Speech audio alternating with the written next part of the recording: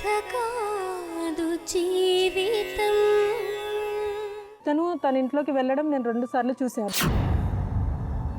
నేను ఇట్లా అడిగాను కూడా, నన్ను అనుమానిస్తున్నావా అని నన్ను కొట్టాడు. నువ్వు స్కూల్కి వెళ్తున్నావు కదా, నువ్వేం చేస్తున్నావు అక్కడ తెలియదు. ఎందుకు మీ మమ్మీ వాళ్ళు వేరే పిల్లలు అంటే మీ మమ్మీ వాళ్ళకి ఇష్టం లేకుండా చేస్తున్నారా? ఇష్టం లేదు మేడం. ఎందుకంటే యాక్చువల్గా వచ్చేసరికి ఈ అమ్మాయికి ఆల్రెడీ ఫస్ట్ మ్యారీడ్. అయితే నేనేందంటే ఒక ఇల్లీగల్గా మెయింటైన్ చేశా ఫస్ట్ నా మ్యారేజ్ కాకముందు. అంటే మరి ఆవిడ హస్బెండ్ ఏమయ్యాడు? వాళ్ళ హస్బెండ్కి HIV మేడం. నాకేం చేయాలి అర్థం కాక నా బాధలు తను చెప్పుకొని ఇద్దరు మాట్లాడుకొని వెళ్ళిపోయింది. సరే నేను అప్పటికి కూడా చెప్పిన, నువ్వు నాతో వస్తానని అంటున్నావు కదా, ఒకసారి ఆలోచించు, నాకు 2 పిల్లలు నీకు పిల్లలు, సరే నువ్వు ఆలోచించని చెప్పిన.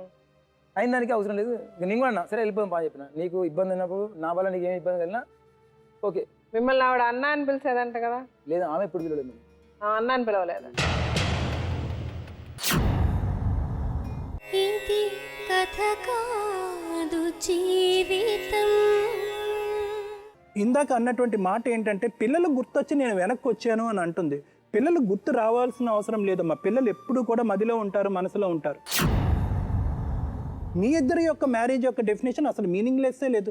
మీ ఇద్దరి మధ్యన నిజాయితీ లేదు, ఒక విధమైనటువంటి అండర్స్టాండింగ్ లేదు. తప్పు అమ్మాయిది కాదు, మీ అబ్బాయిది. ఎందుకు సంసారం చేశాడు, ఎందుకు అమ్మాయి కడుపు చేశాడు? తనకి అమ్మాయి పెళ్ళైంది, అమ్మాయిని అంత తెలియదా అతనికి? ఇప్పుడు మళ్ళీ వెళ్ళిపోయింది.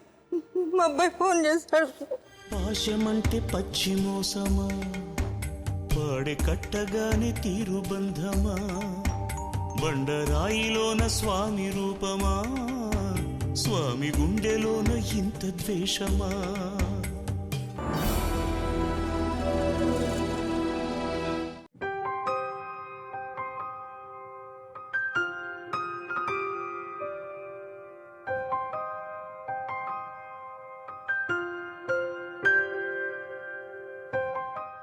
మీ పేరు కృష్ణవేణి, ముద్దుగా సోని. ఇప్పుడు మీ జీవితంలో ఇన్ని మలుపులు. మీరు ఆల్రెడీ ఒక వ్యక్తిని పెళ్లి చేసుకున్నారు. అతనికి HIV ఉందని చెప్పి, అంటే HIV ఉంది అన్న తర్వాత ఒక పద్ధతిగా డివోర్స్ అట్లా తీసుకోకుండా ఇంకొక అతనితో సంబంధం పెట్టుకున్నారు. ప్రెగ్నెంట్ అయ్యారు. సరే ఆ తర్వాత మీ భర్తతో చెప్పారు, ఇద్దరు పెళ్లి చేసుకున్నారు, బాగానే ఉంది. పెళ్లి చేసుకున్నారా? టెంపుల్లో చేసుకున్నాం. టెంపుల్లో చేసుకుంటే అది పెళ్ళే కదా? పెళ్ళేనా? మీ బాబుకి వయసు ఎంత? 3 years. 3 years బాబు మీకు.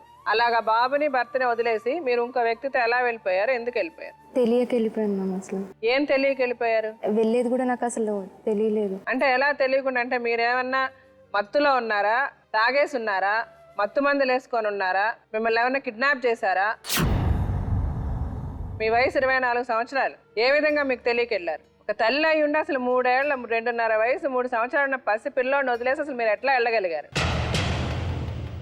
మరి మీ భర్త మిమ్మల్ని హింసించాడా, కొట్టాడా, తన్నాడా? అంటే స్మాల్ డిస్కషన్స్ అయ్యేది మేడం. ఏమైంది? చిన్న డిస్కషన్స్. చిన్న డిస్కషన్స్ అయితే ఎవరు పడితే వాళ్ళు తెలిపే సంసారం చేస్తారా? 4 నెలల ఒకరితో, 2 నెలల ఒకరితో.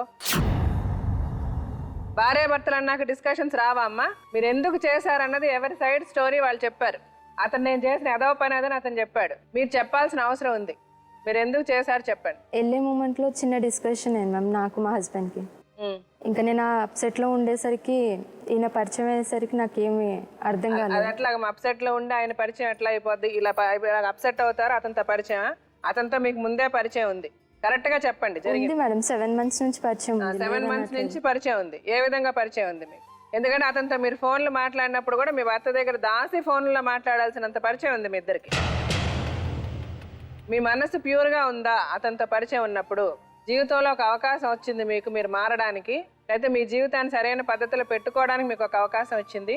సో అందుకని ఇక్కడ మీరు దాచాల్సిన అవసరం లేదు. దయచేసి మీరు ఎందుకు చేశారని చెప్తే అట్లీస్ట్ మిగిలిన వాళ్ళు అర్థం చేసుకోవడానికి ప్రయత్నిస్తారు. లేదంటే ఇప్పుడు మీ గురించి అందరూ చాలా అసహ్యంగా అనుకుంటున్నారు. అలాగ అసహ్యంగా అనుకోకుండా అట్లీస్ట్ మీ సైడ్ మీ మనసుకి ఏం కష్టం కలిగింది, ఎందుకు మీరు చేశారంటే అట్లీస్ట్ మిమ్మల్ని అర్థం చేసుకుని క్షమించే ప్రయత్నం చేస్తారు. ఏం జరిగింది చెప్పండి. మీరు ఎందుకు అలా అనుకున్నారు? నేను అనుకోలేదు మేడం, కావాలని వెళ్ళలేదు. చెప్పాను కోపంతో కదా. వెళ్ళిపోయారా? కోపంతో అంటే అది నాకు అర్థం కాలేదు మ్యామ్, వెళ్ళిన తర్వాత అర్థమైంది నాకు. సో వెళ్ళిన తర్వాత అర్థమైంటే మళ్ళీ వెంటనే వచ్చేసి ఉండాలి కదా, ఎందుకు అక్కడే ఉండిపోయారు? నేను అప్పటికే వచ్చేద్దాం అనేసి అనుకున్నాను, కాకపోతే నాకు మళ్ళీ భయం వేసి నేను రాలేదు. సో కోపంతో వెళ్ళిపోయి అతనితో సంసారం చేశారా? నేను ఆయనతో శారీరకంగా మాత్రం ఏం సంబంధం లేదు మ్యామ్. వెళ్ళాను, ఎన్ని రోజులైనా అసలు అందరు గుర్తొచ్చుకుంటూనే ఉన్నాను, ఎప్పుడు హ్యాపీగా అన్నట్టుగా ఎక్కువ లేను. సో మీరు వెళ్ళి మీరు 4 నెలలు ఉన్నారు అతనితో. 4 నెలలు మీ ఇద్దరికి ఏ శారీరక సంబంధం లేదు, మేమిద్దరం ఫ్రెండ్స్ గానే ఉన్నామంటారు. ఇదేనా మీరు చెప్పారు? ఫ్రెండ్స్ గా అంటే ఇప్పుడు చుట్టుపక్కల ఉన్న వాళ్ళకైతే తెలుసు మేడం, అంటే హస్బెండ్ అండ్ వైఫ్ అన్నట్టుగానే తెలుసు. అక్కడ మీరు అందరికీ మేమిద్దరం భార్యాభర్తలు అని చెప్పి ఇల్లు తీసుకున్నారా? అవును. సరే బయట వాళ్ళ సంగతి అట్లా, మీ ఇద్దరు మనసులకి మీకు తెలుసు కదా మీరు ఏం చేశారన్నది. నేను మీ గురించి అడుగుతున్నా, మీరు ఏ ఉద్దేశంతో వెళ్ళారు? మీరు చెప్తా కదా మాకు తెలుసుది, లేకపోతే ఎవరికి తోచిందో వాళ్ళు అనుకుంటా. అలా అనుకుంటున్నప్పుడు మీ గురించి చాలా తప్పుగా అనుకునే అవకాశం ఉంది, అవునా కదా? జరిగింది ఏంటి చెప్పండి. డిస్కషన్ వల్లనే వెళ్ళాను మ్యామ్. ఏం డిస్కషన్? అంటే మామూలుగా ఈయన వేరే వాళ్ళ గర్ల్ ఫ్రెండ్స్తో మాట్లాడేవాడు. సో ఒకసారి ఈయన తాగేసినప్పుడు వీళ్ళ ఫ్రెండ్తో ప్రెగ్నెన్సీ చేశాను, నేనే చేశాను అని అనేసి అన్నారు. అంటే నాకు ఇంకా అది నిజమో కాదో తెలియదు, కానీ నాకైతే మైండ్లో అదే ఫిక్స్ అయింది. ఎందుకంటే స్టార్టింగ్ మాకు మ్యారేజ్కి ముందే గర్ల్ ఫ్రెండ్స్ ఈయనకి, ఇప్పుడు తర్వాత కూడా ఇంకా మాట్లాడుతున్నారు అంటే చెప్పారు నాకు, నేను మాట్లాడుతున్నాను అని అన్నారు. సరే మామూలుగానే మాట్లాడుతున్నారు అనుకున్నాను, కానీ నాకు మళ్ళీ ఆ థాట్, అసలు ఆ ఫీలింగ్ నాకు లేకుండే, వీళ్ళు అలా మాట్లాడుతున్నారు. ఇంకా నాకు అసలు ఈయన డైరెక్ట్గా నేను అడగలేకపోయాను, ఎందుకని దానివల్ల అప్సెట్ అయ్యాను. అడగలేనంటే అడగాలి కదమ్మా. అప్సెట్ అయ్యి సరే నువ్వు అడగడానికి అప్సెట్ అయ్యి ఇంకొకరితో వెళ్ళిపోతావా? అది కరెక్టా? ఇంకొకరితో అన్నట్టు కావాలని వెళ్ళిపోలేదు మ్యామ్, ఎందుకంటే పిల్లలు ఉన్నారు నాకు కూడా, నేను కూడా ఆలోచిస్తాను. అలా కాదు, కావాలని వెళ్ళకపోతే మిమ్మల్ని ఎవరిని వెళ్ళిపోమని చెప్పారా? ఎవరు చెప్పలేదు మేడం. మరి ఎలా వెళ్ళారు మీరు కావాలని వెళ్ళకపోతే? మీ భర్తని బెదిరించాలని వెళ్ళారా? భయపెట్టాలని వెళ్ళారా? ప్రెగ్నెన్సీ సరే మీరు అన్నారు అతని లవర్తోనే ఏదో ప్రెగ్నెన్సీ మీ భర్త వల్లే వచ్చిందని మీ భర్త చెప్పాడు, ఓకే. ఇప్పుడు దానికి ఒక పరిష్కారం ఆలోచించాలి కదా. మీ భర్త ఏమైనా ఆమెను తీసుకొచ్చి ఇంట్లో పెట్టుకుంటానన్నాడా? ఆ పిల్లవాడినా కంటది నువ్వే చూసుకోవాలన్నాడా? లేదు మేడం. ఏం అనలే కదా అతను. మరి ఏ ఉద్దేశంతో మీరు వెళ్ళిపోయారు? ఎందుకు అతని మీద కోపం వచ్చింది? అతను చెప్పాడు కదా, తర్వాత ఒప్పుకున్నాడు కదా ఆయన, నేను మాటల్లో అన్నానని. మీరు కూడా అన్నారు కదా, నమ్మారు కదా, అన్నారు మ్యామ్. డిస్కషన్ అన్ని జరిగాయి కదా మీ ఇద్దరి మధ్య. ఆ మధ్యలోనే మళ్ళీ మా పేరెంట్స్తో మాట్లాడొద్దు, చేయొద్దు అని కొంచెం చిన్న డిస్కషన్ ఉంటే, మనం ఇక్కడ ఉంటే బాగుండదు, వెళ్ళిపోదాం అంటే నేను అన్నాను, మమ్మీ వాళ్ళని వదిలేసి నేను రాను అనేసి అన్నాను. ఎందుకు మీ మమ్మీ వాళ్ళ ఇంట్లో ఉన్నారా మీరు? అంటే ఒకటే దగ్గర సపరేట్గా ఉండేవారు. కరెక్టే, మమ్మీ వాళ్ళని వదిలేసి ఎందుకు రమ్మని? మీరు వాళ్ళ అమ్మని వదిలేసి రమ్మన్నారా అంటే? ఎందుకన్నారు? మనం ఆఫీస్ దగ్గరికి వెళ్ళిపోదాం, అక్కడే ఉందాం, నాకు కూడా దూరం అవుతుంది కదా, ఇక్కడ ఉంటే మీ తల్లిదండ్రులు కూడా నీకు అదే చెప్తున్నారు. ఏం చెప్తున్నారు అంటే వాళ్ళ తల్లిదండ్రులు ఏమన్నారంటే, ఒక రోజు ఇదే విషయం మీద నేను డిస్కషన్ అయింది మేడం, అది తాగిన మగిలో నేను అన్నానని చెప్పేసి వచ్చి మళ్ళీ ప్రామిసెస్ చెప్పా. సరే ఈ అమ్మాయి నమ్మింది. ఈ అమ్మాయి వెళ్ళి వాళ్ళ అమ్మలతో అనేసరికి వాళ్ళ అమ్మోళ్ళు ఏమన్నారు, నువ్వు ఆల్రెడీ మీ అమ్మ కూడా నీకు 2 పెళ్లి చేస్తానంటుంది కదా, నా బిడ్డను వదిలేసి నా బిడ్డను నేను చూసుకుంటా అన్నారు వాళ్ళ అమ్మ. అట్లా ఎట్లా వదిలేయమంటారమ్మా? వీళ్ళ మమ్మీ వేరే వాళ్ళకి చేస్తా అన్నారు. వాళ్ళ అమ్మ వేరే వాళ్ళకి చేస్తానంటే అలా ఎలా అమ్మ? మా బిడ్డ జీవితం అన్యాయం అయిపోద్ది, మా పిల్లని జాగ్రత్తగా చూసుకోండి అంటారా? మీరు చేసుకోండి, ఇంకొక పెళ్లి చేస్తాం. అప్పటికి మాటలు లేవు మేడం, అంటే వీళ్ళ పేరెంట్స్ కి కానీ లేనంత మాత్రం సరే అన్నారు. ఆ అల్లుడిని బతిమలాడుకొని లేదయ్యా మా కూతురు జాగ్రత్తగా చూసుకో అంటారా? నువ్వు వదిలేసే మా కూతురు ఇంకోళ్ళకి ఇచ్చి పెళ్లి చేస్తా ఉంటారా? కొట్టారు మేడం. కొట్టినప్పుడు అప్పుడు వాళ్ళ కోపం వచ్చి ఇంకా డైరెక్ట్ గా ఎదురిచ్చి సమాధానం. ఎవరు కొట్టారు? ఈయన కొట్టారు నన్ను. అప్పుడే ఒక దెబ్బ వేసాను మేడం. ఆ దెబ్బ వేసింది కూడా దానికి అసలు ఈ రీజన్ కాదు మేడం, మా బాబుని అన్నం తింటలేదని చెప్పి బెదిరించి అని రోజు ఒకటే పని చెప్తుంది మేడం. బెదిరించి అంటే పిల్లాన్ని బెదిరిస్తా ఉంటే నా దగ్గరికి మళ్ళీ రాడు పిల్లాడు. నేను ఇదే చెప్తా ఉన్నా. ఒక రోజు మరీ అసలు టూ మచ్ చేసేసరికి నేను బాబును 2 దెబ్బలు వేసా. బాబుని నా చేతిలో లాక్కొని, నేను అవసరమైతే నేను వేరే తినిపిస్తాను కానీ నీకు కొట్టబాకాన అంది. మరి అంతకాడికి నాకు ఎందుకు చెప్పావు బెదిరించమని? అదేదో ముందే చేస్తే వాడు తినేది ఏదో పెడితే మరి వాడు తింటాడు కదా అని చెప్పి నేను అన్నా. ఆ విషయం మీద కోపం వచ్చి ఈ అమ్మాయిని చేయి మేలేసి నేను ఒక దెబ్బ వేసా. అది ఒక దెబ్బ మేడం. పెళ్ళైన దగ్గర నుంచి అమ్మాయిని కొట్టింది నేను 3 సార్లు. ఒకసారి ఈ అమ్మాయి చెల్లెలు చనిపోయినప్పుడు ఈ అమ్మాయి ఏడ్చుకుంటూ పోతా ఉంటే రోడ్డు మీద ఒకసారి కొట్టా. కొత్తలో నేను తీసుకెళ్ళినప్పుడు ఒకసారి తిండి తింటలేదని ఇంకోసారి కొట్టా. ఇంకోసారి ఈ బాబు విషయంలో ఒకసారి కొట్టా. ఈ విషయాలు తప్పించి నేను వేరే విషయంలో ఇంతవరకు అమ్మాయిని చేసుకోవాలి. అవి తప్ప అమ్మ? ఇంట్లో భార్యాభర్తలు అన్నాక ఆ మాత్రం జరగదా? అది తప్పు అనట్లేదు మేడం, మమ్మీ వాళ్ళ దగ్గర ఉండొద్దు అనేసి అప్పుడే ఆ డిస్కషన్ ఇంకా పెద్దగా అయిపోయింది. అవునమ్మా, మీ అమ్మా నాన్న ఇంకొక కూతురికి ఇంకొకరు ఇచ్చి పెళ్లి చేస్తా ఉంటారా? వీళ్ళ మమ్మీ వాళ్ళు కూడా అంటున్నారు కదా మేడం, ఆల్రెడీ నేను ప్రెగ్నెంట్ లో ఉన్నప్పుడు కూడా వీళ్ళ మమ్మీ ఊరికి పిలిచి మరి ఈయనని వేరే మ్యారేజ్ చేస్తా అన్నారు. చెప్పారు ఈయన నన్ను చేసుకోను అని అన్నారు. కరెక్టే అమ్మ, వాళ్ళ అమ్మ అనడం వల్ల అర్థం ఉంది. ఎందుకంటే మీరు ఆల్రెడీ పెళ్ళైన వ్యక్తిని మీరు అతను వదిలేసి మళ్ళీ ఇతను పెళ్లి చేసుకుంటున్నాడు. వాళ్ళ కొడుకు ఆవిడ ఇంకొకరిని పెళ్లి చేయాలనుకొని ఉంటది. వాళ్ళకి ఇష్టం లేకుండా వాళ్ళందరినీ ఎదిరించి వచ్చి అతను మిమ్మల్ని చేసుకున్నాడు. ఈ విషయం కూడా మీకు తెలుసు. ఇవన్నీ జరిగిన తర్వాత కూడా మీ తల్లిదండ్రి ఇంకో పెళ్లి చేస్తాం మా కూతురి కంటే అతను అలాగే మీ తల్లిదండ్రులు ఎందుకు ఉంచుతాడు? అతను మీరు చెప్పిన ఏ కారణం అన్నా అతని భయంకరమైన కారణాలుగా కనబడుతున్నాయి ఓ భర్తను వదిలేసి వెళ్ళిపోవడానికి. మనసాక్షితో ఆలోచించి చెప్పండి, తప్పు మీద అయిందా? నాదే మేడం. కనీసం మీ కొడుకు కూడా గుర్తురాలే మీకు ఇన్ని రోజులు వెళ్ళే ముందు ఆ కొడుకు గుర్తొచ్చి నేనే వచ్చేసాను. అవునమ్మా, కొడుకు గురించి గుర్తొచ్చి నేను కంప్లైంట్ అతను వచ్చేసాను. పెట్టుకున్నాడు, మీరు కంప్లీట్ అతను పెట్టుకున్నాడు. కానీ నా అంతలో నేను ఫోన్ చేసే వచ్చాను. నా అంతటి నేను ఫోన్ చేసి నేను ఉండలేకపోతున్నాను, నేను వస్తానని ఈయనకు చెప్పేసి ఎవరు వచ్చాను. ఫోన్ చేశారు? ఆవిడే ఫోన్ తనే చేశారు. ఫోన్ చేసింది మేడం. తను ఫోన్ చేసి ఇక్కడ నేను టార్చర్ అనుభవించలేకపోతున్నా, నా వల్ల కావట్లేదు, నేను ఉండలేను, నేను చచ్చిపోదాం అని చెప్పి నేను బయటకు వచ్చాను, తప్పించుకొని వచ్చాను. అది కూడా అది కూడా నైట్ మీద వచ్చాను నేను. నాకు చెప్పడం ఏంటంటే తను విజయవాడలో ఉన్నానని చెప్పింది. నేను నైట్ మీద బయటకు వచ్చాను, నేను ఇప్పుడు వచ్చే పొజిషన్లో లేను, కాకపోతే నేను ఎట్లయినా రేపు పొద్దున కల్లా వస్తానంటే, కాదు నువ్వు ఎక్కడున్నావు చెప్పు, అవసరమైతే నేను క్యాబ్ అని పంపిస్తాను నీకు, ఆ క్యాబ్ లేని సరే రా, నీ దగ్గర రూపాయలు లేదంటున్నావు అని చెప్పేసి నాకు బాధ అనిపించేసి నువ్వైతే తొందర రాని ముందు అసలు నువ్వు ఎట్లా ఉన్నావో చూడాలని చెప్పేసి నేను రమ్మనే అన్నా. తనే ఫోన్ చేసి వచ్చింది మేడం కాదంట్లా, కానీ టార్చర్ అనిపించానని చెప్పింది మేడం. ఏం టార్చర్ అని అది చెప్పట్లేదు. ఏం టార్చర్ అనిపించింది? టార్చర్ ఏం లేదు మేడం, నాకు అక్కడ ఉండాలని లేకుండే, పిల్లల మీద ఆలోచన వచ్చింది, సరే అని వచ్చేసాను. నాతో ఫోన్లో అయితే ఇదేమో చెప్పావు, టార్చర్ అనిపిస్తున్నాను. టార్చర్ అంటే అదే టార్చర్, మనసుకు మన మనసు బాధపడుతుంది ఇంకో విషయం టార్చర్ కూడా కదా. చెప్పింది మేడం, గొడ్డుని బాధాడంట మేడం ఒక రోజు. ఏమ్మా కొట్టాడు అతను నిన్ను? కొట్టాడు మేడం ఒకసారి. ఎందుకు కొట్టావు భాష? ఒకసారి ఆటోమేటిక్గా హాస్పిటల్కి వెళ్ళింది. హాస్పిటల్కి వెళ్ళి అసలు నేను మామూలుగా బయటికి పంపేద్దానే, ఎందుకంటే బయటికి పోతే నా భయం, నాకు ఎక్కడ మళ్ళీ దొరుకుతారో ఎక్కడ అవుతారో అని చెప్పి భయంతో ఏమైంది? బయటకు పంపిస్తే బయటికి వెళ్ళిపోయింది, హాస్పిటల్ కానీ బయటికి వెళ్ళింది. మీకు ఎందుకు మీరు బయట పంపించారు? బయటికి ఎందుకు పంపించాలంటే ఇప్పుడు విన్నారు కదా చూస్తారని, మళ్ళీ తీసుకెళ్తారన్న భయంతో పంపించలేదు. సరే ఇంట్లోనే ఉన్నా చెప్పిన, తర్వాతకి హాస్పిటల్కి వెళ్తా అన్నది, సరే వెళ్ళమని చెప్పిన, ఆరోగ్యం బాగాలని వెళ్ళమని చెప్పిన. అక్కడి నుంచి తెలియకుండా మళ్ళీ వేరే కాడికి వెళ్ళేసింది, జాబ్ కాడికి, అంటే ఇంట్లో కూర్చోవడం ఖాళీగా ఉంటే ఇబ్బంది అవుతుంది అని చెప్పి ఈరోజు డ్యూటీ కాడికి వెళ్ళొచ్చింది. అనగా ఇది ఇంటికి వచ్చినాక నైట్ వచ్చింది, సాయంత్రం వచ్చి ఏమైంది ఇంతసేపు హాస్పిటల్కి పోతా అంటే, లేదు నేను హాస్పిటల్కి వస్తున్నా, నాకు ఆ విషయం అబద్ధం చెప్పింది. మళ్ళీ తర్వాతకి నా మీద ఒట్టేసింది, నేను పోలే అన్నది. తర్వాతకి నా మీద ఒట్టేసి నిజం చెప్పింది, నేను హాస్పిటల్ కాదు వేరే కాడికి వచ్చిన అంటే. అప్పుడు నాకు కోపం వచ్చి కొట్టేసింది. మీకు కోపం వస్తే కొడతారు. సో ఇప్పుడు అర్థమై ఉంటుంది కదా మీకు, అట్లా రోడ్డు మీద ఎవరితో పెడితే ఆడితో వెళ్తే ఎలా ఉంటుందని వ్యవహారం. అలాగే కదా ఉంటుంది. అక్కడికి వెళ్ళి చాలా గొప్పగా ఉంటుందని ఊహించుకొని వెళ్ళారా మీరు? లేదు కదా. అందుకని మీరు ఎదుటి వాళ్ళని తప్పు చెప్పకండి. తప్పు మన చేతుల్లో ఉంది, మన ఇంట్లో ఉంది, మన ఒంట్లో ఉంది తప్పు. సరే ఇప్పుడు ఏం చేయాలనుకుంటున్నారు సోని? నేను మా ఫ్యామిలీతో ఉండాలనుకుంటున్నాను. మరి మళ్ళీ మీ అమ్మ నాన్న వచ్చి ఇంకోటి ఏదైనా చెప్తారు, అప్పుడు మళ్ళీ ఇంకొకరితో వెళ్ళిపోతారా? వాళ్ళు ఏం చెప్పారు మేడం, ఇంకొకరితో మీ భర్త ఇంకోటి చెప్పాడు, తాగేసి ఇంకో మాట ఏదో అంటాడు, అప్పుడు మళ్ళీ ఇంకో వెనకింటి వాళ్ళని ఎదురింటి వాళ్ళని ఎత్తుకుంటారా? చేయను మ్యామ్. చేసిన తప్పు మీకు అర్థమైందా? అర్థమైంది. జీవితం అంటే ఒకళ్ళొకళ్ళు అర్థం చేసుకోవాలని అర్థమైందా? ఇంత జరిగినా కూడా అతను ఎంత మీ గురించి బాధపడుతున్నాడు, ఎంత మీరు కావాలనుకుంటున్నాడు. మీకు ఆల్రెడీ ఒకరితో పెళ్ళైన మిమ్మల్ని ఆయన పెళ్లి చేసుకున్నాడు, మీరు ఇలా ఇంకొకరితో వెళ్ళిపోయినా మళ్ళీ మిమ్మల్ని యాక్సెప్ట్ చేయడానికి అతను రెడీగా ఉన్నాడు. ఇవన్నీ ఇంత అతను చేస్తాడంటే మీ మీద ప్రేమ అన్నదాన్ని అర్థమైందా మీకు? అర్థమైంది. సరే ఇప్పుడు మీ అందరి కేసుల్లో ఏం చేయాలన్నది తర్వాత డిసైడ్ చేద్దాం. దానికి ముందు నేను డాక్టర్ గానీ లాయర్ గానీ ఒకసారి పిలుస్తాను.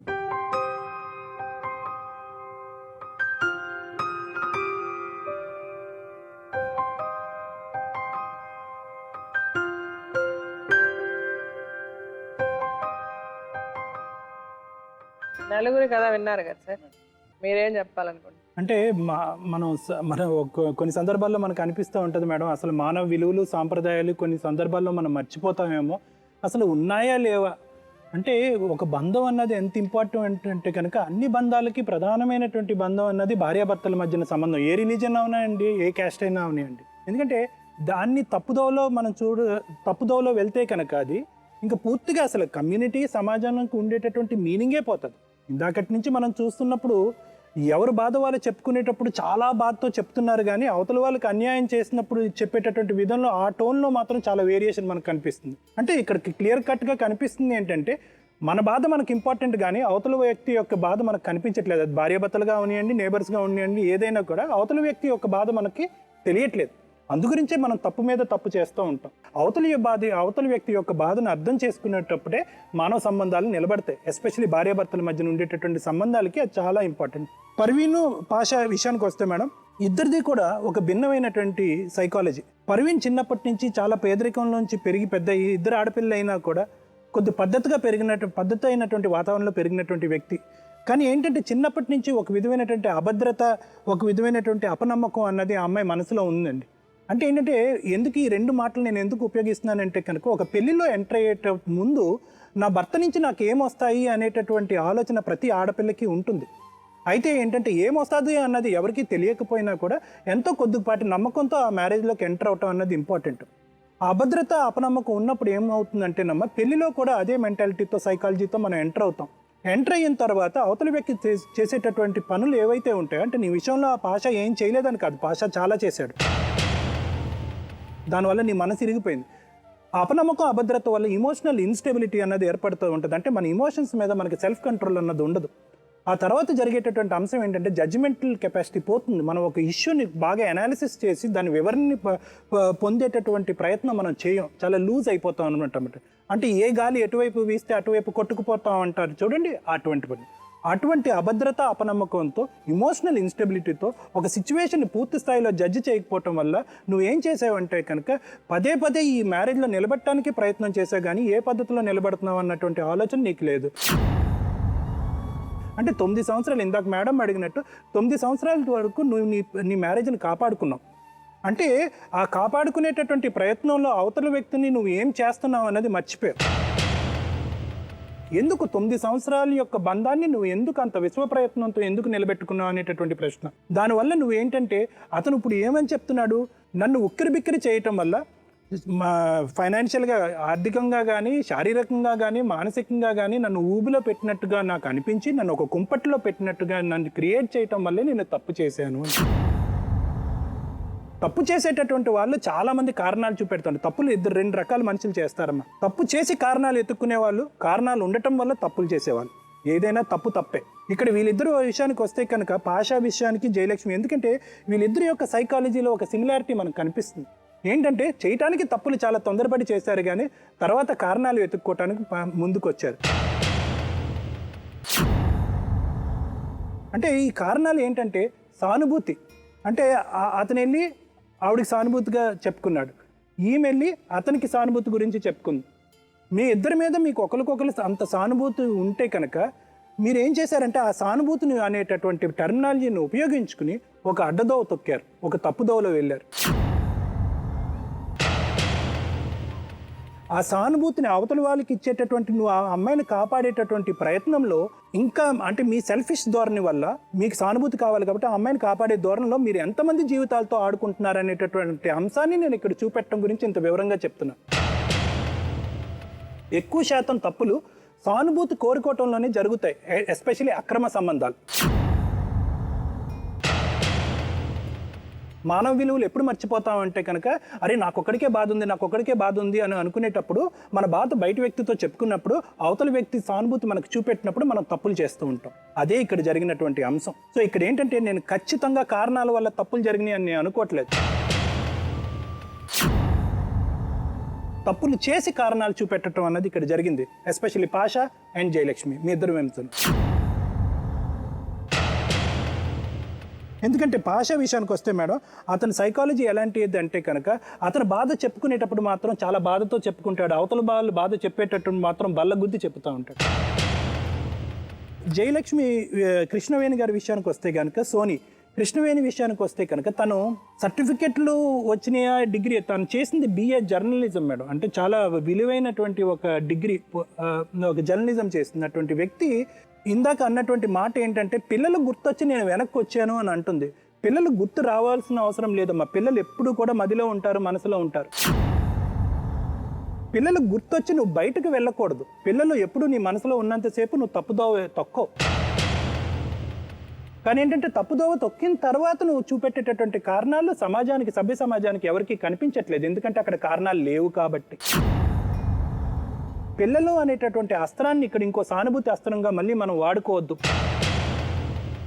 అని నాకు పిల్లలు గుర్తొచ్చారు కాబట్టి నేను వచ్చేసాను మేడం, అందుగురించి నా మీద సానుభూతి చూపెట్టండి అనేటటువంటి ఎటువంటి పరిస్థితుల్లో ఇటువంటి తప్పు చేసినటువంటి వ్యక్తి సభ్య సమాజంలో సానుభూతి రాదు. సో కాబట్టి ఏంటంటే మీరిద్దరు కూడా ఇక్కడ క్రిమినల్సే, మీ ఇద్దరు కూడా తప్పు చేశారు.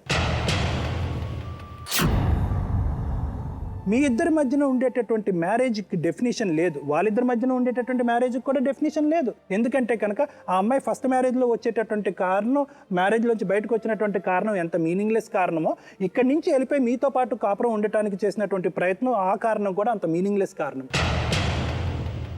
మీ ఇద్దరి యొక్క మ్యారేజ్ యొక్క డెఫినేషన్ అసలు మీనింగ్లెస్సే లేదు. మీ ఇద్దరి మధ్యన నిజాయితీ లేదు, ఒక విధమైనటువంటి అండర్స్టాండింగ్ లేదు. కొద్దిపాటి అండర్స్టాండింగ్ డెవలప్ అయ్యేటప్పటికి ఆ అండర్స్టాండింగ్ పెంపొందించుకునేటటువంటి ప్రయత్నం చేయకుండా మీరేం చేశారు, పిల్లలకు అనేటటువంటి ప్రయత్నం చేశారు. ఎందుకు చేశారు? పిల్లల కంటే కనుక మీ మ్యారేజ్కి ఒక మీనింగ్ వస్తుందేమో అని చెప్పి. ఎంతమంది, ఇద్దరు కాదు 10 మంది పిల్లలు ఉన్నా కూడా ఫస్ట్లో లేనటువంటి నిజాయితీ ఇది ఏదైతే ఉంటుందో అండర్స్టాండింగ్, చివరి వరకు మీకు అండర్స్టాండింగ్ లేదు. ఇప్పుడు కంప్లీట్గా అండర్స్టాండింగ్ పోయింది. భాషా విషయానికి వస్తే ఫైనల్గా మేడం, మారుతాను అని అన్నటువంటి మాట మీ అందరం కూడా చాలా అప్రిషియేట్ చేస్తున్నాం పాషా గారు. ఎందుకంటే మారుతాను అనేటటువంటి మాట చాలా వినటానికి చాలా బాగుంటుంది, కానీ మారుతాను అనేటటువంటి మాట రియల్ యాక్షన్లో నిజంగా మారాలి అంటే కనుక అది చాలా కష్టం. ఎందుకంటే మీరు చేసేటటువంటి పనులు, మీరు చేసినటువంటి మీకు ఉన్నటువంటి అలవాట్లు మీకు లోపల బాగా జీర్ణించుకుపోయినవి. సో మారుతాను అనేటటువంటిది నిజంగా మారాలి అంటే కనుక దానికి చాలా విల్ పవర్ కావాలి, చాలా పట్టుదల కావాలి, చాలా ఎనర్జీ కావాలి. అది మనసులోంచి రావాలి, నోట్లోంచి కాదు. సో ఈ అంశానికి మీరిద్దరూ భార్యాభర్తలుగా కలిసి ఉండాలన్నా, వీళ్ళిద్దరు కూడా భార్యాభర్తలుగా కలిసి ఉండాలన్నా కూడా ఈ మారుతాను అనేటటువంటి మాటకి నిజంగా విలువైనటువంటి మాటగా మీరు మార్చగలగాలి. దానికి కావాల్సింది ఏంటంటే పట్టుదల, దృక్పథం. ఒక్కసారి మన తల్లిదండ్రులు ఎంత నిజాయితీగా బతికి ఉండేవారు అనేటటువంటి ఒక విధంగా ఆలోచిస్తే కనుక మీలో అటువంటి ఆ భావన కలుగుతుంది. అప్పుడు మీ ఇద్దరికి ఉండేటటువంటి పిల్లలను కూడా ఆ విలువలు నేర్పేటటువంటి ప్రయత్నం కూడా చేయొచ్చు. మేడం, ఇక్కడ బోల్డ్ అని కేసులు, లీగాలిటీసు అవి స్టిల్ పెండింగ్గా ఉన్నాయి. తర్వాత భార్యలు మారిపోయారు, ఒక వ్యవస్థను క్వశ్చన్ చేసే లెవెల్కి వీళ్ళు వచ్చేసారు మేడం. ఇంకోటి ఏంటంటే, ఫస్ట్ ఒక వ్యవస్థలో భార్య, భర్త, ఆమెకు ఒక రైట్స్ ఉంటాయి, పిల్లలు లీగల్గా ఉంటే వాళ్ళకి ఏం రైట్స్ ఉంటాయి అనేది ఈ వ్యవస్థలో మనం ఉంటున్నాం కనుక ఆ లాని మనం గౌరవించాలి. ఆ గౌరవించే ప్రక్రియలోనే మీ మీద కేసులు, మీ జైళ్ళు అనేది కూడా వచ్చాయి. ఇక్కడ ఇంకొకటి ఏంటంటే madam, first main question, Soni తన ఫస్ట్ హస్బెండ్కి డైవర్స్ తీసుకోకుండా ఈ రవితేజ తోటి, సో ఆమె స్టేటస్ ఏంటి అనేది మనం మాట్లాడుకుంటే ఇక్కడ ఏమైపోతుందంటే ఒక పెద్ద క్వశ్చన్ మార్క్. అతని తోటి లీగల్గా తను డైవర్స్ తీసుకోకుండా పెళ్లి చేసుకుంది అంటే, ఇందాక మీతో చెప్పింది మేము లీగల్గా పెళ్లి చేసుకోలేదు అంటే, లీగల్గా పెళ్లి చేసుకోకపోవడం, లీగల్గా పెళ్లి చేసుకోవడం అనేది మీకు తేడా తెలుసు. మీరు ఇందాక డాక్టర్ గారు చెప్పినట్టు ఈ వ్యవస్థ, మీరు ఒక బాధ్యత గలగా ఒక చదువుని చదువుకున్నారు కనుక ఒక కోర్టుకు వెళ్ళి మీకు లీగల్గా ఒక శాంటిటీ రావాలి అనేది కూడా మీకు తెలుసు. స్టిల్ మీరు అదే తప్పు ఇంకోసారి చేశారు ఈ రవితేజతో. ఎందుకంటే మేడం, అప్పుడు ఆ అమ్మాయికి తను చేసింది తప్పు అని తను తెలుసుకుపోకపోవడం మూలాన సెకండ్ టైం కూడా ఎవరైతే ఫస్ట్ హస్బెండ్ తోటి చేసిన పనే ఈ రవితేజ తోటి కూడా తను చేసింది. ఎందుకంటే రిపీట్ చేసింది తను. ఎప్పుడైతే ఆ భర్తను వదిలేసినప్పుడు పిల్లలు లేరు కనుక ఆ బంధానికి అంత ఇంపార్టెన్స్ లేదు. కానీ ఎప్పుడైతే మీరు ఈ రవితేజ తోటి మీరు ఉంటున్నారో, ఈ బంధంలో పిల్లలు ఉన్నారు కదమ్మా, కనుక ఈ బంధానికి ఒక అర్థం అంటూ ఇవ్వాలి కదా. అట్లీస్ట్ అనుకోకుండా కాకపోయినా కూడా, నువ్వు ఆ భర్తకు డైవర్స్ ఇవ్వకపోయినా కూడా నిన్ను మేము వేరే మాట అనకూడదు, కానీ నువ్వు ఇతనితోటి కలిసి ఉంటున్నావు కనుక కొంచెం, ఎందుకంటే సుప్రీంకోర్టు కలిసి ఉన్నందుకు నీకు ఏ రైట్స్ ఇవ్వము, కానీ పర్మనెంట్ అలిమనీ ఇస్తాము, నీ పిల్లలకి మెయింటెనెన్స్ అని ఇస్తాము, మీ బంధంలో పుట్టిన పిల్లలకి లెజిటిమేట్ చైల్డ్ వింటాము అని ఇంత కూలంకుషంగా ప్రతిసారి చెప్పినా కూడా మీ బంధానికి ఒక అర్థం ఇవ్వాలి అనే ఒక స్టేజ్లో మీరు ఇంకొక తప్పు చేసేసారు. అదే మీరు ఇంకొకసారి వెళ్ళిపోవడం ఇంట్లో నుంచి. ఇంకొకటి ఏంటంటే, ఇలాంటప్పుడు మీ స్టేటస్ ఏంటి అనేది చెప్పడానికి ఇప్పుడు రవితేజకి చాలా ఈజీగా కూడా మీ మీద మీకు తోటి డైవర్స్ తీసుకునే అవకాశాలు ఉన్నాయమ్మా. ఎందుకంటే ఎప్పుడైతే కూడా మీరు మిస్సింగ్ కేసు, వాళ్ళు ఏదైతే అల్వాల్ పోలీస్ స్టేషన్లో వేశారో దాని మీద చాలా ఈజీగా కూడా డైవర్స్ కేసు వేసేది. అలాంటప్పుడు మీ స్టేటస్ ఏంటి, మీరు అనుకునే జీవితం ఏంటి అనేది మీరు ఒక్కసారి ఆలోచించండి అమ్మా. ఎందుకంటే మీరు కోర్టుకు వెళ్ళి ఫైట్ చేసినా కూడా, నా భర్త మీద నాకు కోపం ఉండి నేను వెళ్ళిపోయాను అంటే కొన్ని సింపథిక్ గ్రౌండ్స్ ఉంటాయి. ఇప్పుడు భర్త మీద అలిగి మేము వెళ్ళిపోయాము అంటే వేరే వాళ్ళతో వెళ్ళిపోవడం కాదు కదమ్మా దానికి అర్థం. అలాంటిది నువ్వు చేసావు కనుక ఆ సింపతి కూడా ఈమె కోర్టు ద్వారా పోగొట్టేసుకుంది మేడం. ఇంకోటి నెక్స్ట్ థింగ్ ఏంటంటే ఈ పర్వీణ అనే ఈ అమ్మాయి చేసింది ఏంటంటే సెక్షన్ 498 అండ్ 325 ఆఫ్ ఐపీసీ కింద 5 మంది మీద మీరు కేసు వేశాను అని అంటున్నారు. ఇంకొకటి ఏంటంటే ఆయన 12 రోజులు జైల్లో కూడా ఉన్నారని అంటున్నారు. ఇక్కడ ఇంకొకటి జరిగింది ఏంటంటే మేడం స్టిల్ ఈ 498 పెండింగ్లోనే ఉన్నది. కానీ అతను వీళ్ళిద్దరితో మాట్లాడుకున్నారు, మేము కలిసి ఉంటాము అవన్నీ అని చెప్పి అని అంటున్నారు. ఇందాకటి నుంచి మీతో ఆయన రిపీటెడ్గా ఒక మాట చెప్తున్నారు, ఆ కేసు తీసేసిన తర్వాత నేను నీతో కలిసి ఉంటాను, కేసు తీసేసిన తర్వాత. అంటే ఈ 498 తీయడం అనేది కూడా చాలా కష్టమైనది, టైం పీరియడ్ కూడా పడుతుంది. మీకు మీ అడ్వకేట్ చెప్పే ఉంటారు, కోర్టులో కూడా చెప్పింటారు. మీ స్టేట్మెంట్ ఇచ్చిన తర్వాత 3 నెలలు మీ మ్యాండేటరీ పీరియడ్ అయిన తర్వాత మీరిద్దరు బాగా ఉన్నారు అని మీరు చెప్పిన తర్వాతనే ఆ కేసు కొట్టేయడం అనేది చేస్తారు. అవునా? ఇలాంటివన్నీ జరుగుతాయి. ఈ లోపల ఏమైపోయింది మేడం, ఈ ఇన్సిడెంట్ జరగడం మూలాన కోర్టుకు కూడా ఆయన మీద ఇప్పుడు నమ్మకం అనేది పోతుంది ఆ 498 తీసేయడానికి. అవునా కదా? సో ఈ నీకు కూడా ఆయన మీద 498 తీయాలి అంటే ఒక నమ్మకం అనేది పోయింది. ఇప్పుడు ఇంకొకటి ఏంటి, మెయిన్ క్వశ్చన్ ఏంటంటే మేడం, ఆ అమ్మాయి వెళ్ళిపోయిన తర్వాత ఏదైతే మిస్సింగ్ కేసు అనేది బుక్ అయింది అని అన్నారు కదా, ఈ అమ్మాయి మళ్ళీ పోలీస్ స్టేషన్లో మీరు వెళ్ళి కనిపించిన తర్వాత ఈ అమ్మాయి స్టేట్మెంట్ తీసుకున్న తర్వాత ఆ మిస్సింగ్ కేసు అనేది ఇప్పుడు క్లోజ్ అయిపోయింది. ఇప్పుడు ఏంటంటే ఒక విధంగా చెప్పడానికి సోని అనే అమ్మాయి పక్కకు వెళ్ళిపోయింది. మీరు 498 గురించి మీరు ఆలోచించాల్సిన అవసరం ఇంకొకటి ఉంది. వాళ్ళిద్దరు కలిసి ఉంటారో లేదు ఇంకంటే మేడం గారితో ఇంకా కొంచెం ఫర్దర్గా డిస్కస్. ఎందుకంటే మామూలుగా యాక్సెప్ట్ చేయడం వేరే, మామూలుగా డిఫరెన్సెస్ రావడం వేరే. ఇలాంటి పరిస్థితిలో అంటే ఆల్రెడీ ఒక మనిషి ఉన్నాడు, ఒక తప్పు జరిగింది అన్న తర్వాత ఈ ప్రపంచంలో భార్యలని యాక్సెప్ట్ చేయడము అనేది అది కొంచెం మనం ఆలోచించాల్సిన విషయం. స్టిల్ ఆయన పిల్లల కోసం ఆలోచిస్తున్నాడు అని అంటే అట్ ద సేమ్ టైం ఆ అమ్మాయి ఇంకోసారి ఇలాంటి తప్పు రిపీట్ చేయకుండా ఉండడానికి కొన్ని ప్రికాషన్స్ లాంటివి తీసుకుని, ఇంకోటి మీ కేసు విషయము అని అంటే ఇది ఈ అమ్మాయి మీద నమ్మకం, ఈ అమ్మాయి నమ్మకము తోటే మీ లైఫ్ అనేది ఆధారపడి ఉంటుంది. ఆ తర్వాత మేడం 498 ఇప్పుడు మీరు తీసేసుకోండి, ఇప్పుడు మీరు కలిసి ఉండండి అనేది మాత్రం, ఎందుకంటే సెక్షన్ 325 కూడా ఇందులో ఉంది. అంటే మిమ్మల్ని కొట్టారని చెప్పేసి ఇవన్నీ కూడా ఉన్నాయి కనుక అవన్నీ కూడా ట్రయల్ మీద మీరు ఆధారపడి అది క్లోజ్ చేసుకుంటారా అనేది నెక్స్ట్ విషయం. ఇప్పుడు ఇక్కడ 2 ఫ్యామిలీస్ ఎవరు ఎలా కలిసి ఉంటారు అనేది ఇంకా ఫర్దర్గా మేడం మీరు చూసి ఒక ప్రికాషనరీగా ఒక ఎంఓయూలు రాసి మేడం, ఎందుకు అని అంటే ఆల్రెడీ వీళ్ళు వివాహ వ్యవస్థను చాలా ఈజీగా తీసేసుకుంటున్నారు కనుక ఒక లీగల్ శాంటిటీ అనేది ఇచ్చి మనం వాళ్ళని కలిపి ఉంచే పరిస్థితి మాత్రం వచ్చింది మేడం. ఎందుకంటే ఆ అమ్మాయి ఇక ఫర్దర్గా ఇలాంటి స్టెప్ వేయకూడదు.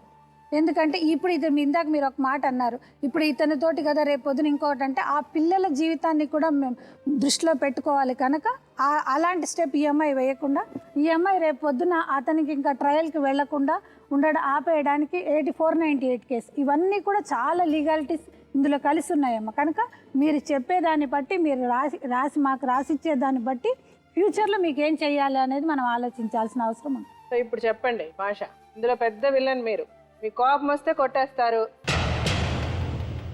అమ్మాయికి ఫ్రాక్చర్ అయ్యేంత లెవెల్కి కొట్టారు మీ వాళ్ళంతా. అమ్మాయి కేసు పెట్టకూడదు, అమ్మాయి కేసు తీసేయాలి. ఎందుకు తీసేయాలి అమ్మాయి కేసు? ఏ విధంగా మీరు అమ్మాయికి నమ్మకం కలిగించగలరు? కేసు తీసేయాలి అని అన్నప్పుడు మీరు ఇంకా ఎంత బాగుండాలి అమ్మాయితో, అలాంటిది మీరు ఎదురు అమ్మాయిని బెదిరించి ఇంకొక అమ్మాయిని తీసుకొని మీరు వెళ్ళిపోతారు. ఏ విధంగా మీరు అమ్మాయికి మీ మీద నమ్మకం కల్పించుకోవడానికి ప్రయత్నించారు? ఇప్పుడు అమ్మాయి మీ మీద కేసు తీసేయాలంటే మీరు అమ్మాయిని ప్రేమిస్తున్నారు, మీ అమ్మాయిని బాగా చూసుకుంటారు అన్న నమ్మకం పర్వీన్ కలగాల. మీరు అమ్మాయి సోనిని తీసుకొని వెళ్ళిపోతే అమ్మాయికి నమ్మకం కలుగుద్దా? పర్వీన్ నువ్వేం చేయాలనుకుంటున్నావు చెప్పమ్మా. మ్యామ్ నా భర్త నాకు కావాలి, వద్దు అని అనడం లేదు. నాకు 2 ఆడపిల్లలు, మా పెద్దవాళ్ళ ముంగట మాట్లాడి తీసుకొచ్చాడు కాబట్టి మా పెద్దవాళ్ళ ముంగటనే మాట్లాడి నా భర్తతో నేను కలిసి ఉంటాను. ఇప్పుడు మీ పెద్దవాళ్ళు ఇక్కడికి రాలేదు కదా, మా దగ్గర మాట్లాడుకోవడానికి మీరు వచ్చారు ఇక్కడికి. మా ముందు మీకు న్యాయం జరగాలని అడగడానికి మా దగ్గరికి వచ్చారు. ఇక్కడ మళ్ళీ మీరు వచ్చి మీ పెద్దవాళ్ళు చెప్తేనే చేస్తామంటే ఇక్కడికి వచ్చిన దానికి అర్థం లేదు. మీరిద్దరు ఇప్పుడు ఇక్కడ ఉన్నారు, మీకు 2 పిల్లలు ఉన్నారు. ఏ నిర్ణయం తీసుకుని ఇక్కడ మీరిద్దరు తీసుకోండి. మీ ఎదురుగా మా ఎదురుగా మీరు ఒక నిర్ణయం తీసుకోండి. అతను కూడా మాట్లాడుకోవాలనుకుంటున్నాడు, సెటిల్ చేసుకోవాలనుకుంటున్నాడు జీవితాన్ని. ఒకటి మటుకు నేను చెప్తున్నానమ్మా, మనుషుల్ని మార్చాలంటే ప్రేమతో మార్చుకోగలం కానీ బెదిరించో అదిరించో మార్చలేం. భార్యాభర్తల మధ్య కావాల్సింది ప్రేమే. ఒక భర్తని బెదిరించి సంసారం చేయించమని చెప్పలేం, చేయమని నువ్వు చెప్పలేవు, చేయమని మేము చెప్పలేం. ఇద్దరి మీద ఒకరికి నమ్మకం మీరు కల్పించుకోవాలి. మీరు ప్రేమతో మీరు మార్చుకోవడానికి ప్రయత్నించాలి. మీ ఇద్దరికి ఇప్పుడు నువ్వు అలాగే అమ్మాయితో నీకు ఏదైనా ఒక పద్ధతి నచ్చలేదంటే ప్రేమగా చెప్పి మార్చుకోవాలి. కానీ నా పిల్ల ఇంటికి వస్తే అన్నం పెట్టలేదు, అన్నం నువ్వు పెట్టుకొని తినలేవు, నువ్వు పుట్టిన పిల్లోడువా? అవసరం అన్నప్పుడు ఇవాళ రేపు ప్రతి భార్య భర్త పనికి వెళ్తున్నారు, లేకపోతే ఇల్లు గడవదు.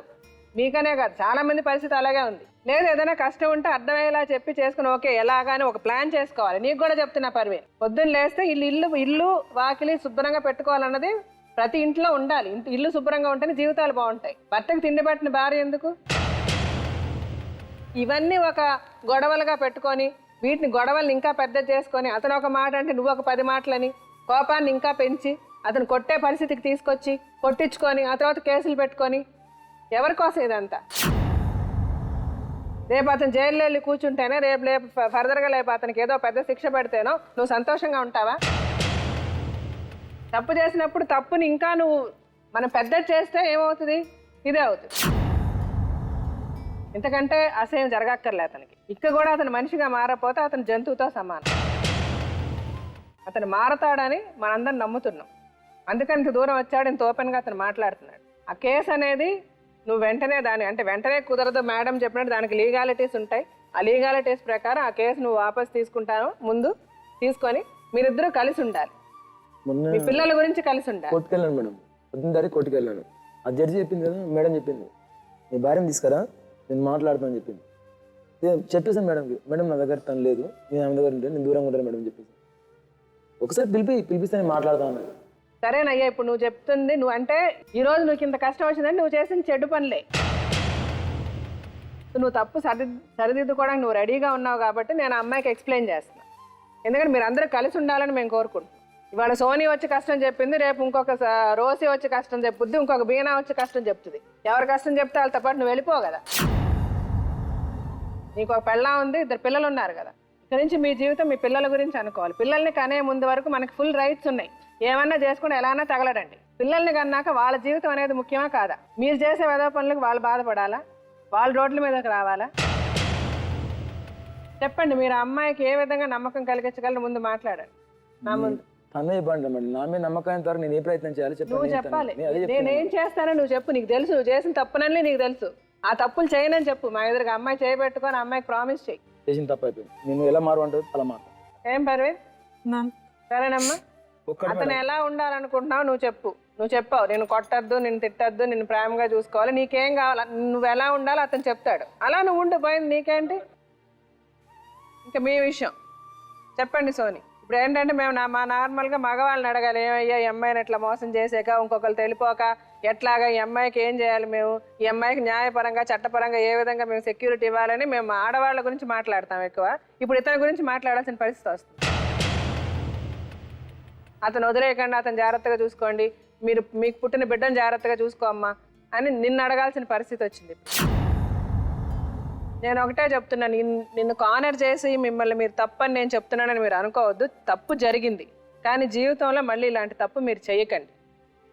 ఎందుకంటే నిజంగా మీకు భగవంతుడు మీ తలరాత ఎట్లా రాశాడో కానీ చాలా గొప్ప రాత రాశాడని నేను చెప్తున్నాను. ఎందుకంటే అంత అర్థం చేసుకునే ఒక భర్త మీకు. ఇంత జరిగినా కూడా అతను మిమ్మల్ని ఒక మాట అంటలే, ఎదురుగా పాషాన్ని తిట్టడానికి ఆయనకి 3 కాళ్ళ మీద లేస్తున్నాడు, కానీ నా పెళ్ళాన్ని తప్పు చేసింది అన్నమాట ఆయన నోటమ్మట రావట్లే. సో ఈ విధంగా ఆలోచిస్తే మీరు చాలా అదృష్టవంతులు. మీ జీవితంలో మళ్ళీ ఇలాంటి ఒక భర్త మీకు దొరకడు, ఇలాంటి ఒక జీవితం మీకు దొరకదు. లీగల్గా పెళ్లి చేసుకోలేదని మీరు అన్నారు, అలా అది ముందు మీ మనసులో అలాంటి మాట తీసేయండి. కొత్త సంసారం చేసి ఒక బిడ్డను కన్న తర్వాత ఆ మాట మీ నోటమ్మట ఎట్లా వస్తుంది? లీగల్గా చేసుకోలేదని. మీ చదువు అట్లా మాట్లాడుస్తుంది అనుకోవాలి. ఇప్పుడు మేము ఇంకా చెప్పండి సోని, మీరు ఏం చెప్పాలనుకుంటున్నారు? మీరేం మాట్లాడాలో మాట్లాడండి. మాట్లాడే ముందు మా పెద్దవాళ్ళు కూడా వచ్చారు. ఒకసారి మీరు మా పెద్దవాళ్ళతో కూడా మాట్లాడారు. ఎవరు? మీ మదర్ వచ్చారా? అమ్మాయిని యాక్సెప్ట్ చేయడం లేదన్నది ఆవిడతో కూడా మాట్లాడే డెసిషన్ తీసుకుంటారు, అంతేనా?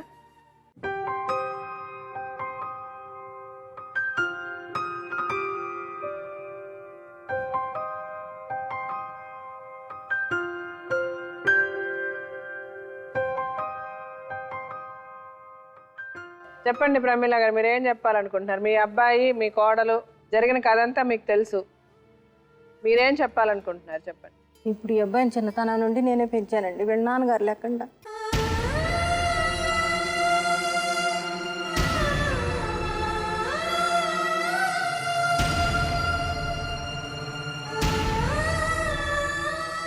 చివరికి మ్యారేజ్ చేసుకునే టయానికి ఈ అమ్మాయి వచ్చింది. అమ్మ నేను చాలా కష్టపడి పెంచుకున్నాను, తినబోయే టైంలో నువ్వు వచ్చావు, నేను చాలా అలసిపోయి ఉన్నానమ్మా అని చెప్పాను. కానీ ఈ అమ్మాయికి ఏం అక్కర్లేదు. నా అబ్బాయిని తీసుకొని వెళ్ళిపోయింది. నేను అనాథశరణాలయంలో ఉన్నాను. ఇప్పుడు మళ్ళీ వెళ్ళిపోయింది. మా అబ్బాయి ఫోన్ చేస్తాడు. పాశమంటే పచ్చి మోసమా, పాడే కట్టగానే తీరు బంధమా, బండరాయిలోన స్వామి రూపమా, స్వామి గుండెలోన ఇంత ద్వేషమా, రేయి పగలు జోల పాడుతుంటది, బిడ్డ సుఖమే అమ్మ కోరుకుంటది, రేయి పగలు జోల పాడుతుంటది, బిడ్డ సుఖమే అమ్మ కోరుకుంటది, తన పిల్లలన్న ప్రేమ వల్ల తప్పులేవి అంచకుండా అమ్మ అన్న పేరులోని అమృతాన్ని పంచుతుందిరా. మరి ఇప్పుడు పరిస్థితి ఏంటండి? మళ్ళీ ఇంకా ఎంతకాలం నా పరిస్థితి ఇది? ఒకరోజు వీళ్ళ అమ్మ వాళ్ళ ఇంటికి పోయి పిల్లాడిని అమ్మ పిల్లాడు చూసుకుంటాట అంటే మేము ఇయ్యం. వాడి బిడ్డను చూసుకునే అర్హత వాడికి లేదా? వేషమా తండ్రి అంత వాడు అన్నరా, నేనెవ్వరని చెప్పుకోను. రేపు ఇంకోరు వస్తారు, పోతుంది.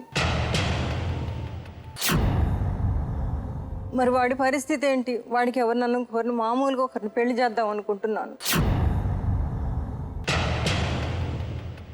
నాకు ఎక్కువ కాలం ఓపిక లేదు, పెంచే ఓపిక నాకు లేదు.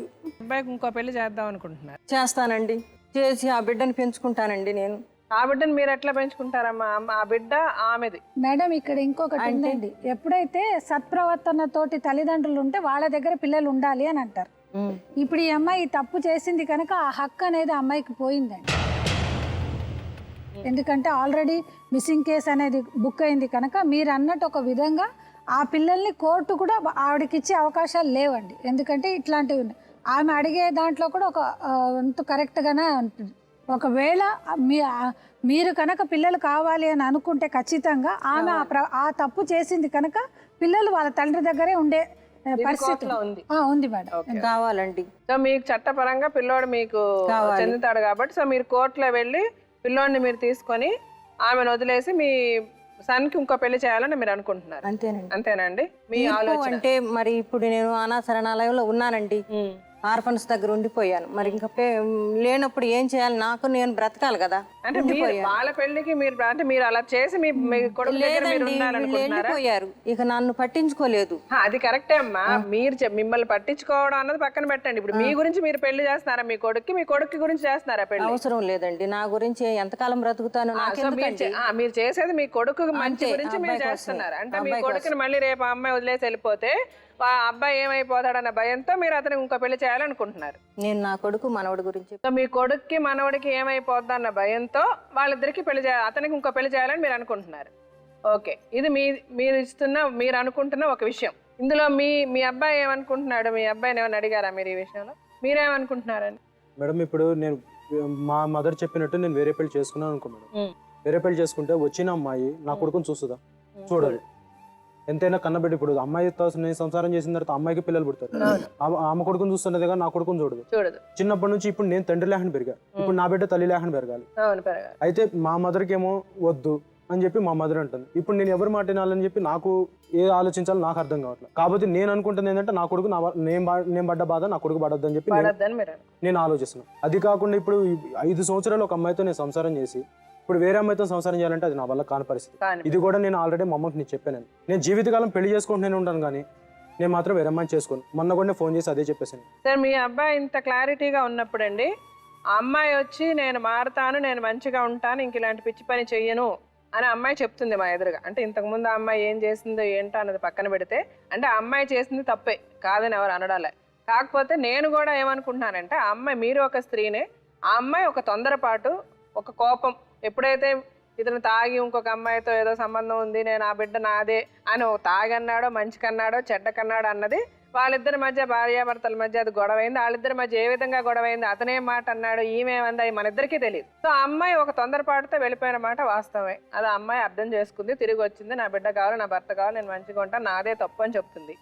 మా ముందు కూడా అమ్మాయి ఒప్పుకుంది, అది ఏమి రాయించుకోవాలో అవి రాయించుకుంటాం, ఫుల్ గ్యారంటీ తీసుకుని వాళ్ళిద్దరూ కలిసి ఉంటే బాగుంటది. ఎందుకంటే నాకు వద్దండి, నేను విడిగా ఉంటాను. నా నుండి వాళ్ళ నుండి నాకు విముక్తిని ప్రసాదించండి. ఈసారి పోయినప్పుడు మళ్ళీ నాకు ఫోన్ చేయకుండా ఉండేలాగా ఉంటే చాలు మీకు, అంతే కదా మీరు అనేది. అంతవరకు చాలు. ఎంత కష్టమో మరి భగవంతుడు మరి ఎందుకు చేస్తున్నాడో మరి నాకైతే తెలియదు. మనకి జరిగినా కూడా మరి మంచో చెడో అనేలా ఇప్పటి నుండి ప్రశాంతంగా కొడుకు పుట్టలేదు అనుకుంటానండి. అంతేగాని మీరు అమ్మాయిని యాక్సెప్ట్ చేయనండి. జీవితంలో నేను స్కూల్ చెప్పాను, పిల్లలకి చదువు చెప్పాను, ఎంతమందికో నీతి చెప్పాను, మరి ఇంతటి అవమానాన్ని ఎప్పుడూ పొందలేదు నేను. నా వల్ల కాదండి. మాట్లాడాలనుకుంటున్నావా సోని మీ అత్తగారితో? మేడం ఈమె ఇప్పుడనే కాదు యాక్సెప్ట్ చేయటం, స్టార్టింగ్ నుండి యాక్సెప్ట్ చేయలేదు. ఆల్రెడీ నేను ప్రెగ్నెంట్లో ఉన్నప్పుడు కూడా ఈయనకు వేరే మ్యారేజ్ చేయాలనుకున్నాను. ఇప్పుడు నేను చేసిన తప్పుకి ఇప్పుడు ఈమెకి ఇంకో ఛాన్స్ ఉంది, కాదనట్లేదు. కానీ నా తప్పు తెలుసుకొని నేను మళ్ళీ కావాలనుకుని వచ్చాను. సో అందుకని ఆవిడ ముందు నుంచి నేను వద్దంటుంది కదా. బట్ నువ్వు చేసిన తప్పుకైతే ఆవిడకి క్షమాపణ అడగాల్సిన అవసరం ఉందా లేదా? మరి అడగాల్సింది మీరు చెప్పాల్సింది చెప్పండి. వద్దులేమ్మా, ఇంతటితో నన్ను బ్రతకని తల్లి. మీరు యాక్సెప్ట్ చేస్తారో లేదా అది మీ ఇష్టము. బట్ ఆ అమ్మాయి మాట్లాడాల్సిన అవసరం, ఎందుకంటే ఈ ప్రోగ్రామ్ చూసిన ప్రతి ఒక్కరికి ఆ అమ్మాయి చేసిన తప్పు తెలియాలి, ఆ అమ్మాయి మీతో ఎలా ప్రవర్తించాలన్నది తెలియాలి. మీరు ఒప్పుకుంటారో లేదా అది మీ ఇష్టం. మీకు ముందు నుంచి అమ్మాయి ఇష్టం లేదు, తప్పు అమ్మాయిది కాదు మీ అబ్బాయిది. ఎందుకు సంసారం చేశాడు, ఎందుకు అమ్మాయి కడుపు చేశాడు? అతనికి అమ్మాయి పెళ్ళయింది, అమ్మాయి నాకు తెలియదా అతనికి? సమాధానం చెప్పు. ఆ రోజు డాక్టర్ సర్టిఫికేట్ నాకు ఇచ్చావా? ఇచ్చి చూపించే నేను. అమ్మాయి ప్రెగ్నెంట్ ఉందమ్మా, నా వల్ల ప్రెగ్నెంట్ అయిందని కూడా చూపించే నేను. ఆ సర్టిఫికెట్లో నువ్వు డ్రాలోనే పెట్టుకున్నాడు. ఈ అమ్మాయి మీద ఒట్టేచ్చు. అమ్మాయి మీద ఒట్టేసాలో చెప్తున్నాను. మీరేమీ కూడా బాధపడకండి. మీరు హ్యాట్స్ అంటే ఆవిడకి పుట్టిన మీకు మటుకు మేము హ్యాట్స్ ఆఫ్. ఇప్పుడు మీ భార్య రెండోసారి వెళ్ళిపోయిన తర్వాత, అతనితో వెళ్ళిపోయిన తర్వాత ఆవిడ 30,000 ఖర్చు పెట్టారట మీకు. అది ఆవిడకి తిరిగి ఇచ్చేయండి మీరు. అర్థమవుతుందా? మీరు ఎంత టైం పడుతుందో మాకు చెప్పండి, ఆ టైం ప్రకారం మీరు ఆవిడకి ఇచ్చేసేయండి. అది బాధ్యత మేము తీసుకుంటాం. నువ్వు మంచి అయినా చెడైనా ఇప్పుడు ఇతని జీవితం అంటే ఇక్కడ అందరిలోకి చాలా గొప్ప వ్యక్తి ఎవరంటే అతను. ఏమి చూసుకోకుండా ఏమి ఆశించకుండా తల్లిని అన్ని వదిలేసుకొని నాకు సోని ఉంటే చాలు. నువ్వు అతనితో ఏం చెప్తావు చెప్పు. ముందు అతన్ని అడుగు క్షమాపణ, ఏ విధంగా అడుగుతావు మాట్లాడు.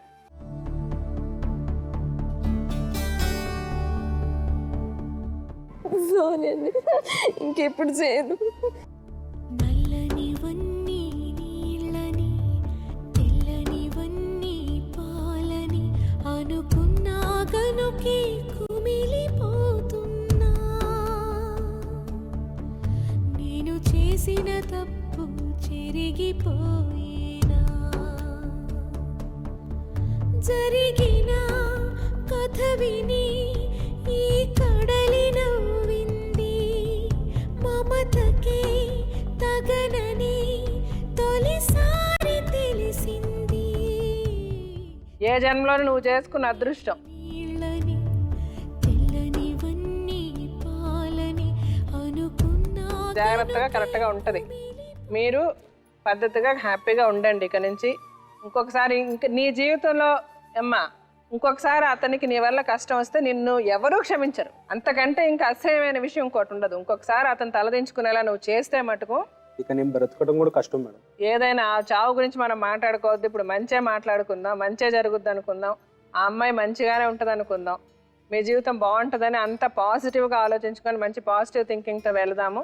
ఇక్కడ బాగా సఫర్ అవుతున్నది, ఎఫెక్ట్ అయినది మీ మదరు. ఆవిడ బాధ ఆవిడకు ఉంటుంది, దానికి కాదని ఎవరు అనలే. అది మీరు ముందు ఆలోచించి ఉండాలి. ఈ అమ్మాయితో మీరు అఫైర్ పెట్టుకునే ముందు మీరు మీ తల్లి గురించి ఆలోచించి ఉండాలి. ఆ రోజు మీరు ఆలోచించలేదు కాబట్టి తప్పు జరిగిపోయింది. తప్పు జరిగిపోయిన తర్వాత ఇంకా నేను తల్లి గురించి ఆలోచించాను వదిలేస్తానని మీరు అనలేరు, వదలమని అనడం ఆవిడ కరెక్ట్ కాదు. మీరు అనలేదు, ఆవిడ అనుకోవడం తప్పు. సరే, మీరు చేయాల్సింది మీరు చేశారు, మీ సైడ్ తప్పే లేదు. అఫ్ కోర్స్ యాజ్ ఎ తల్లిగా ముందు మీరు ఒక డెసిషన్ తీసుకున్నది తప్పైనా ఆ తర్వాత మీరు మీ తప్పుని సరిదిద్దుకునే ప్రయత్నం ఇంతవరకు చేశారు. సో జీవితంలో మీరు చాలా బాగుంటారు. ఆ భగవంతుడు ఎప్పుడు మీకు సపోర్టివ్గానే ఉంటాడు, మీకు మంచే జరుగుద్ది, ఎందుకంటే మీరు మంచి ఆలోచించారు.